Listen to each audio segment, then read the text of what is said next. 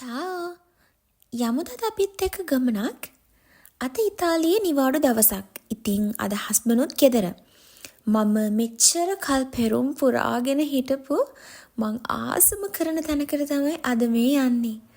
ඒ තමයි රෝස කුසුමේ ජේසු අම්මගේ පල්ලියට.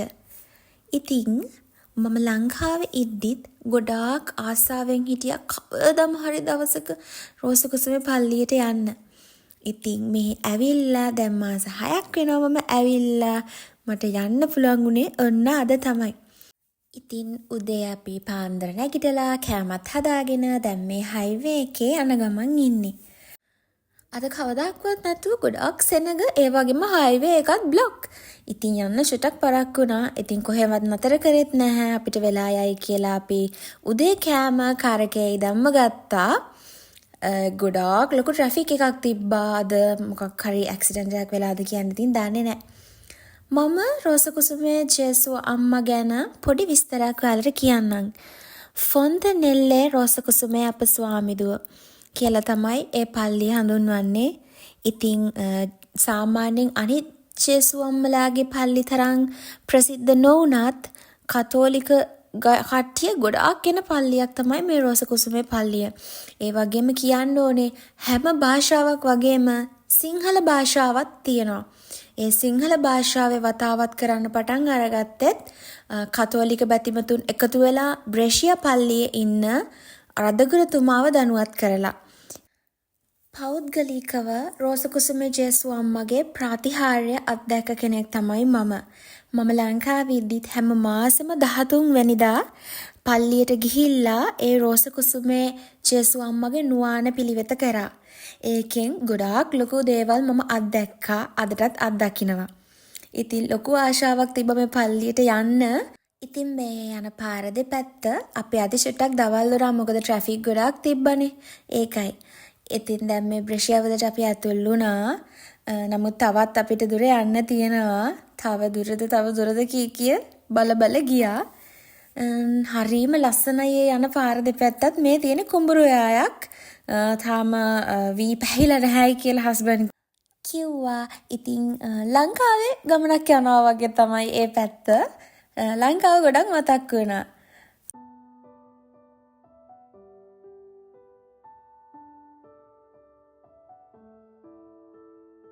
ඔන්න අපි පල්ලියට ආවා. අද සෙනග ගොඩක් හිටියා පල්ලියේ. ගොඩක්ම හිටියේ ලංකාවේ අය. ඉතින් හරි සන්තෝසයි ලංකාවේ පල්ලියකට ගියා වගේ. මොකද මම යන ජීවිතේ යන පළවෙනිම පාර මේ පල්ලියට පුදුම තරම් ආසාවෙන් තමයි මම ගියේ. අපි කාර් එක පාක් කරලා හිමින් පල්ලිය ඇතුළට ගියා.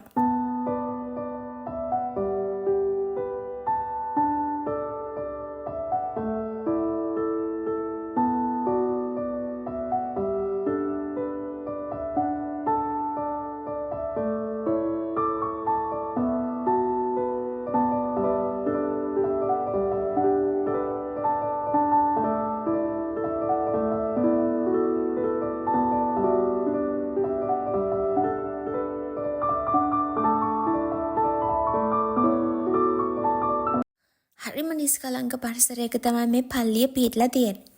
ඉතින් මෙතන තියෙන ආශිර්වාද කරපු ජලය. ඉතින් එතනට යන්න කලින් මේ ජේසුගේ සොරුවම සිපාචාර කරලා යන්න කියලා තමයි ලියලා තියෙන්නේ. ඉතින් මම එතනට ගියා. වතුර චුට්ටකුත් බිව්වා. ඊට පස්සේ තමයි මම පල්ලියට ඇතුල් වුණේ. මේ ජල උල්පත හැදුවේ රෝස කුසුමේ ජේසු අම්මා දර්ශනය වෙච්ච පියරිනා ජිල්ලි කියන එක්කෙනා. එයාට තමයි ජේසු අම්මා දර්ශනය වුණේ රෝස කුසුමේ ජේසු අම්මා. ඉතින් ඒ පියරිනා ජිල්ලි කියන කෙනාට රෝස කුසුමේ ජේසු අම්මා දර්ශනය වෙලා ඉල්ලලා තියෙන්නේ එතන තියෙන ශුද්ධ ජෝර්ජ් කියලා යන පොඩි දිය කඩਿੱත්ත වට කරලා ඒක වරප්‍රසාදේ දිය උල්පත කියලා හඳුන්වලා ඒ දිය උල්පතට අසනීප වලින් පෙළෙන අයව එක්කගෙන එන්න කියලා. ඉතින් ඒ දිය උල්පතෙන් අදටත් නොසිඳී ඒ වරප්‍රසාදයේ ජලය ගලනවා. ඉතින් ලෙඩ රෝග තියන අය, ඒ වගේම මොන හරි හිතේ තියෙන දේවල් බලාපොරොත්තුවෙන් ඉන්න අය බොහොම විශ්වාසයෙන් මේ ජලයට බැහැලා ඇවිදගෙන යනවා මම දැක්කා. ඒ වගේම මමත් ගියා. මම ගියේ මගේ ජීවිතේ මට ලැබිච්ච රෝස කුසුමි ජේසුස්වන්ගේ වරප්‍රසාදයන්ට ස්තුති කිරීමක් විදියට. ඒ වගේම පොඩි ඉල්ලීමක් කරන්න. මං වගේම ගොඩ දෙනෙක් මේ ජලයේ ඉතාමත් භක්තිවන්තව බැහැලා යනවා මම දැක්කා. මේ වටේට තියෙන්නේ ජේසු අම්මා පිහිට වෙච්ච, ඒ වගේම සුවපත් වෙච්ච අයගේ ස්තුති කිරීම සහ ඒගොල්ලොන්ගේ සාක්ෂි. ඒ සාක්ෂි වශයෙන් තමයි එහෙම ඒගොල්ලෝ දාලා තියෙන්නේ. ඉතින් මමත් ඉතාමත් ආස්ථාවෙන් භක්තියෙන් මගේ ඉල්ලීම ඉෂ්ට වුණ දේවල් වලට ස්තුති කර කර යාඥා කර කර ගියා.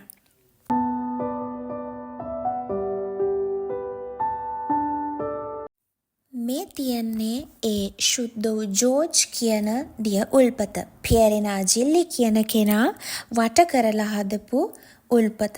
අදටත් නොසිදී ගලන උල්පත.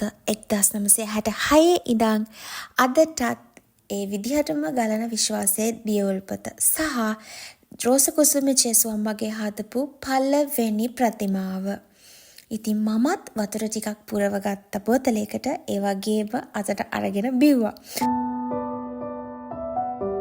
ඔයගොල්ලන්ට පේනවා ඇති මෙතන තියෙනවා පොඩි පෙට්ටියක්. ඒකට කට්ටිය තමුන්ගේ හිතේ තියෙන බලාපොරොත්තු, ඒ වගේම ස්තුති කිරීම ඒ ඔක්කොම ලියලා දානවා.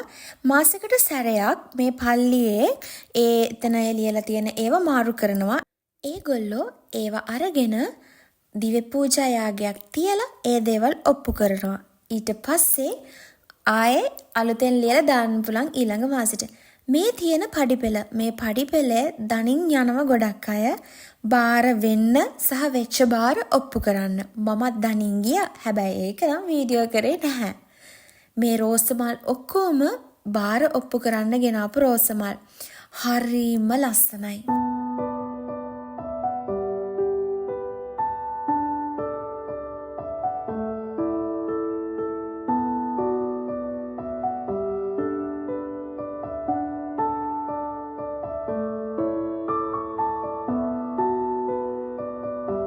ඊට පස්සේ අපි එළියට ඇවිල්ලා පල්ලියෙන් අපි ගියා කොන්ත කඩේට.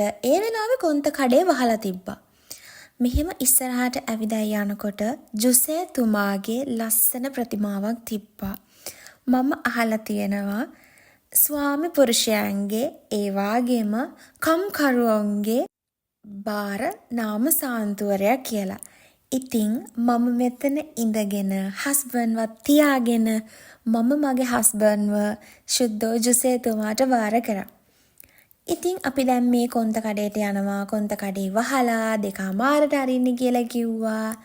ඊට පස්සේ අපි ගියා තව එහා පැත්තේ තියෙන ජේසුතුමාගේ ශ්‍රී කුරුසිය ළඟට.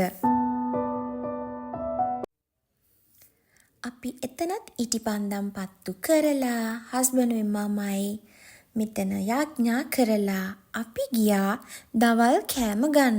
දවල් කෑම කන්න මෙතන ලස්සනට හදලා තියෙනවා පොඩි පොඩි හට් වගේ ගහලා. හරිම ලස්සනයි. ඉතින් අපි දෙන යාඥා කරලා එතනට ගියා. මේ තියෙන්නේ ජර්නි රයිස්. ඒක ඉතින් අපේ හස්බන්ඩ් දාපු නමක් තමයි මේ කෑම එකට. මේක හදන්නේ හස්බන්ඩ්ගේ ආච්චි. ඉතින් ජර්නි රයිස් එක කියලා ඒගොල්ලෝ එකට නම තියලා තියෙන්නේ. ඒගොල්ලෝ කොහරි ට්‍රිප් එකක් යනකොට හදාගෙන යන පොඩි කෑම වේලක් හින්දා. ඉතින් අපි කාලා කොන්ත කඩෙන් කොන්තකුත් අරගෙන ගෙදර යන්න තමයි යන්නේ. මං හිතනවා ඕගොල්ලොන්ට මේ vlog එකෙන් පොඩි හරි දෙයක් ඉගෙන ගන්න තිබ්බා කියලා. ඉතින් අපි තව vlog එකකින් හමුමු. චාව් තුති.